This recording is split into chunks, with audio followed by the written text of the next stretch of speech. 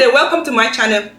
I saw this clip from an African man and I was so impressed, and I would like to share in my channel since we talk about healing from childhood trauma. There's so many things that happen in African community that affects us, but this one is about marriage. So listen to this clip. When you put an African marriage side by side a Western marriage, it is obvious the African marriage looks more like slavery or what I call conjugal abuse. And it's unfortunate this has not been looked into at any point in time. But most times it is mistaken for what Bible calls marriage in the Bible. The lordship in the Bible simply means ownership because it is part of you. And Bible clearly states how you need to love your wife just as you love yourself. So African marriage is far from the Bible, very far. The first reason for that is this: scriptural marriage does not have any room for slavery that is visible in African marriage. Okay, listen to what he said. Scriptural marriage doesn't have any room for slavery. I mean, when I heard this video for the first time, I was just shocked because this man is saying nothing but the truth. African marriages can be like slavery because the way boys are raised are different from the way girls are raised. Let's keep watching.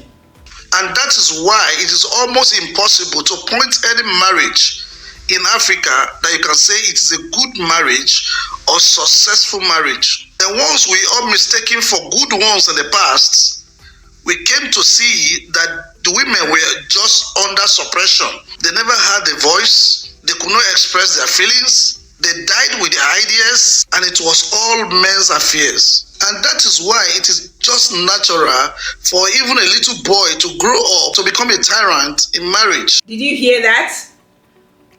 A marriage where a woman don't have a say, her dreams are suppressed, she couldn't express her feelings, that is not marriage, that is slavery. So, and that happens a lot in African marriages, that a woman will just sit down and just live for the man and just have children. She's not encouraged to, pursue her goals and aspirations. She's not encouraged to look beyond having children and cooking for the family. All she does is cook and take care of the man and also the children.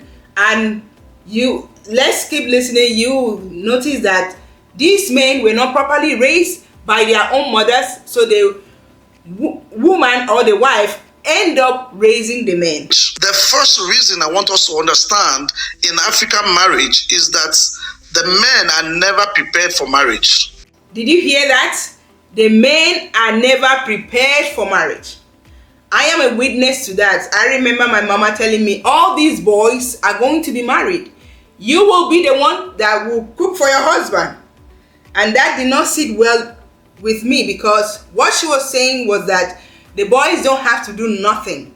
I should be the one to cook, to clean, to go to the market and buy food stuff, make groceries, wash their clothes, do everything while they just roam around going to watch football game, and they don't have accountability. It was only me that was raised because to do all those things because I'm going to be married.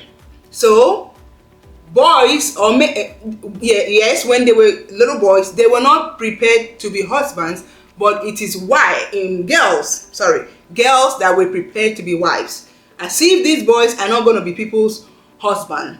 Let's keep listening. And I'm so happy that it is a man that came to say this, because if women talk, they say you are being disrespectful, you are being disobedient, you are not submissive. So it takes a man to stand up for a woman. Let's continue. I hope this video resonates with you. If it does, please give it a like. Subscribe to my channel. Let me know your thoughts in the comments below. As an African person, do you see that? If you are black or African, do you see that happening in our communities or around us? Let me know your thoughts in the comments below. I I have seen it many, many times, and I hope it changes for the better so that we can live happily with our spouses. So give it a like, subscribe to my channel. Thank you. All preparation made around marriage is to prepare the woman for abuse. All preparation made concerning marriage is to prepare the woman for abuse. Did you hear that? This is from a man. Prepare the woman for abuse. How is that marriage? That is slavery. That is slavery. That is not marriage. Or slavery. And that's why they keep preaching different tolerance, different patience that Bible spelled out to African women. So by default, an African boy is grown with the mindset that is going to put a woman in the house when he gets married. Think about that. Not that he is joined to his wife, Absolutely. as the Bible says. And that's why many religious leaders have bad marriage, very reputable religious leaders. So the boy grows up becoming a tyrant in the marriage. Any little thing he abuses, he curses, he threatens with divorce or sending the lady back to her parents' home. You see, in Africa, it is easy for men to threaten divorce because they felt that, oh, they came to marry women, they paid bride price. That's why I don't really support the idea of bride price, because it seems as a commodity. You pay to collect a woman. You cannot buy a human being. So these men will, any little thing, they threaten divorce. They gaslight you. They are manipulative. They don't want you to talk so that they will not send you back to your parents' house, so that they will not beat you up. I mean, they use their masculinity to disadvantage or to their advantage. Disadvantage is that they want to lose their marriage, and advantage is that they feel that they are always the one to talk, they are always right. So African marriage is nothing but emotional abuse, psychological abuse, so close to slavery, consented slavery. African marriage is nothing but emotional abuse, psychological abuse, so close to slavery. How is that marriage? That is not marriage, that is slavery. And I believe that we women, when we grow up from our parents' house, we are growing. We are supposed to have fun, enjoy our lives, as adults. But it will be from childhood to slavery. People, when you are a child, your parents tell you what to do. They like control you, and then you now marry. It's control. So how is that enjoyment? It's like slavery. Consented slavery. Consented slavery. On the other hand, you can see the women enduring because they were prepared. Unintentionally though, you see, when parents keep telling daughters, is that the kind of food you're going to prepare for your husband? Is that the way you're going to tidy your house? Is that the way you're going to do when you get married? Those things were preparing the girl child for marriage. But nothing was done to prepare the boy child. So we need to change that mindset. It's a wrong mindset. Women are not sold into slavery. Men are meant to detach from their parents and join their wife, and they both become one flesh. So, what else do you want me to say? Or what can I say? He said it all, and that's why I like to react on videos like this, because I don't want it to feel like I'm the one saying it, because if I'm saying it, they'll say, oh, how do they call it? They call it feminist. Oh, you are feminist. You are against men. You are this. But the things that happen in African home that men do to women, if women do it to them, they will not take it. For example, it is very, very natural for a man to cheat. He can cheat around and be having sexual partners all over the place, but a woman cannot try it for once. If a woman tries, that marriage is over. A man finds it difficult to forgive, but a woman will forgive a man over and over again.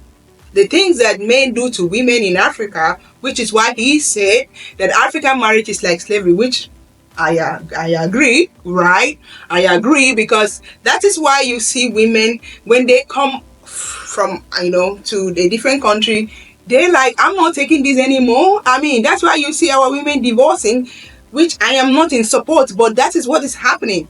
When you raise your, you treat your wife in a way that is so mean, you disrespect her, you don't think about how your actions make her feel, you don't care about how she can express herself and be free and live happily as an adult, she will walk away and live at peace and leave you alone with your ideology of African marriage, which looks like slavery.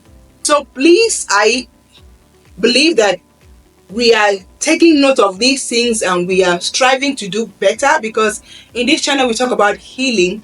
If that is what you see your parents do, please, or that's what you see your father did, don't do it to your wife, don't do it to your spouse, because it's not healthy. Our fathers, maybe they didn't know better, and you that knows better, act better, evolve. Think of the happiness of another person, the happiness of your wife, how you can make life better for her, how she can be the best version of herself.